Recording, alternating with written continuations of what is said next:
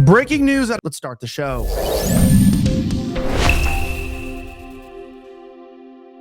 Our top story today comes out of the New York Post. A Georgia school shooting leaves at least 4 dead and close to 30 injured. Here's the entire story, plus how the White House is politicizing it. At least 4 people are believed to have been killed and about 30 others injured in a shooting at a high school in northern Georgia on Wednesday morning, according to a report. The victims were all apparently wounded when shots rang out at Apalachee High School in Winder before 10:30 a.m., law enforcement sources told CNN. Now, it was not immediately clear if all the reported injuries were from gunshot wounds, they added.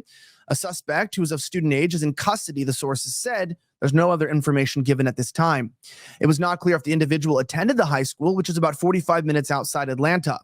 Barrow County Sheriff Judd Smith declined to provide more details about the suspect or victims during a press briefing conference at 1 p.m., likely because they were underage, or perhaps, if we don't get details quickly, it means that the shooter was probably either a black person or trans, somebody who wasn't white. But if they were a young white man, and we will know about it very quickly, if not by the time this video is done.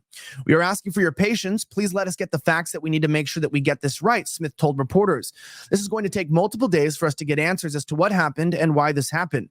What you see behind us is evil, he added, referring to the chaotic scene around the high school campus.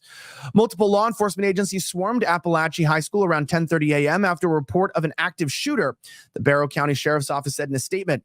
No further details have been provided about the conditions of the victims either. Now, law enforcement had secured the scene, and students are being released by around 11:30 a.m. There were dozens of police vehicles from multiple agencies. At least 2 people were seen loaded into medical helicopters and evacuated. We're unsure of their condition, but we're praying for them at this time. As you know, it's election season, and I hate to connect these things together, but I'm not the one who politicized this. Drew Hernandez already called this, saying, within hours of a mass shooting in Georgia, Democrats are already calling for gun reform and a ban on assault weapons. Check this out. Here's the spokesperson for the White House politicizing the deaths of Americans once again. As the president has said time and time again, this is not normal. This is not normal. Students and teachers deserve to know that their schools are safe.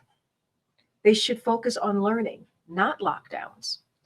While the president and vice president have taken historic action to reduce gun violence, more must be done to keep our schools and communities safe. We continue to call on Congress to do something, We need universal background checks. We need to ban assault weapons and high-capacity magazines, require safe storage of firearms, invest in violence prevention programs, and pass a national red flag law. Enough is enough. And I cannot say this enough, which is enough is enough. We cannot allow this to happen in our communities. We cannot allow this to happen in our schools. So we have to do everything that we can to keep our children safe, to keep the people who are supposed to protect our children, who are they supposed to learn from, safe. And enough is enough. Congress needs. Yeah. And the unfortunate reality is that, look, children are dead, maybe teachers. We're not entirely sure who the victims are. But the fact that you're using this to try to ban assault weapons, we don't even know the gun that this was committed with. And what even is an assault weapon? Why do we have to do this? Why is it not like this? And this brings up something important. As we talk about this, the reason why they want to ban guns is because they forget that a lot of these schools or these people, these are gun-free zones. That's why, if you check this out, the CDC and FBI are working to hide data showing that shootings stopped by good guys with guns actually happen.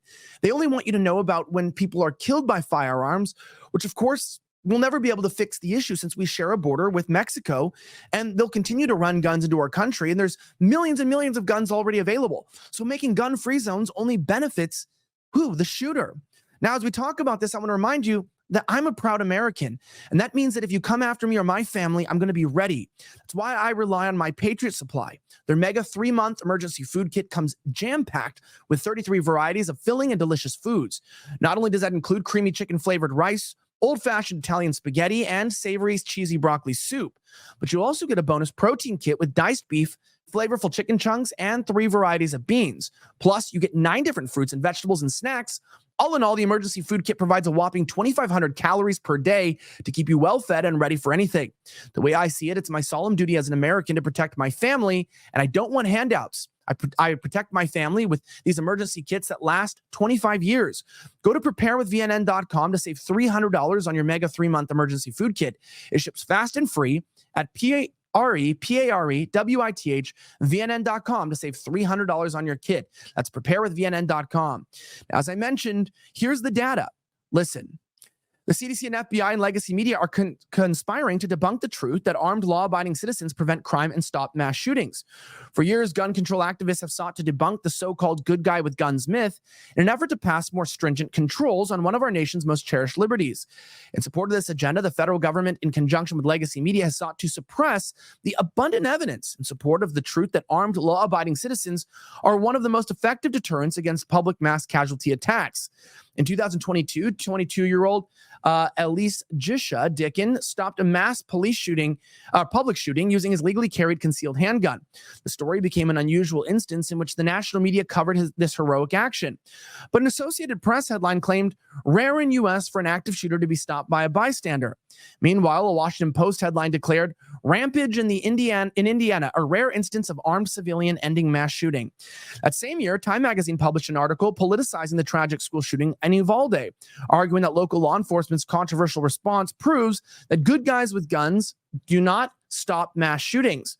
Meanwhile, the CDC under the Biden administration has sought to suppress data proving that armed citizens help prevent crime by removing its estimates of defensive gun use from its website. For almost a decade, the CDC referenced a 2013 National Academies of Sciences report noting that people used guns to stop crime anywhere from about 64,000 to 3 million times a year. This decision was taken after gun control activist Mark Bryant, founder of the Gun Violence Archive, lobbied the CDC to remove misinformation regarding defensive gun use estimates because they are cited by gun rights folks to stop gun control legislation. Soon after, the CDC took these estimates down and now lists no numbers. So this coordination gets worse because the FBI also is showing the political pressure and defines an active shooter attack as occurring when an individual actively kills or attempts to kill people in a populated public area. That includes everything from just one person shot at to even if a target isn't hit. So the mass shootings are exaggerated. They minimize the shootings that are protected by people with guns. And then when a shooting happens in a gun-free zone, they politicize it within hours. Anyway, I don't like this, but if you want to get more news like this to stay up to date, make sure that you like and subscribe to this channel on Rumble and X. We are at Vigilant News, or you can get our newsletter to get videos like this direct to your inbox every day at vigilantnews.com. I'm Elijah Shaver. Have a great rest of the week, and may God bless the United States of America. I'm signing out.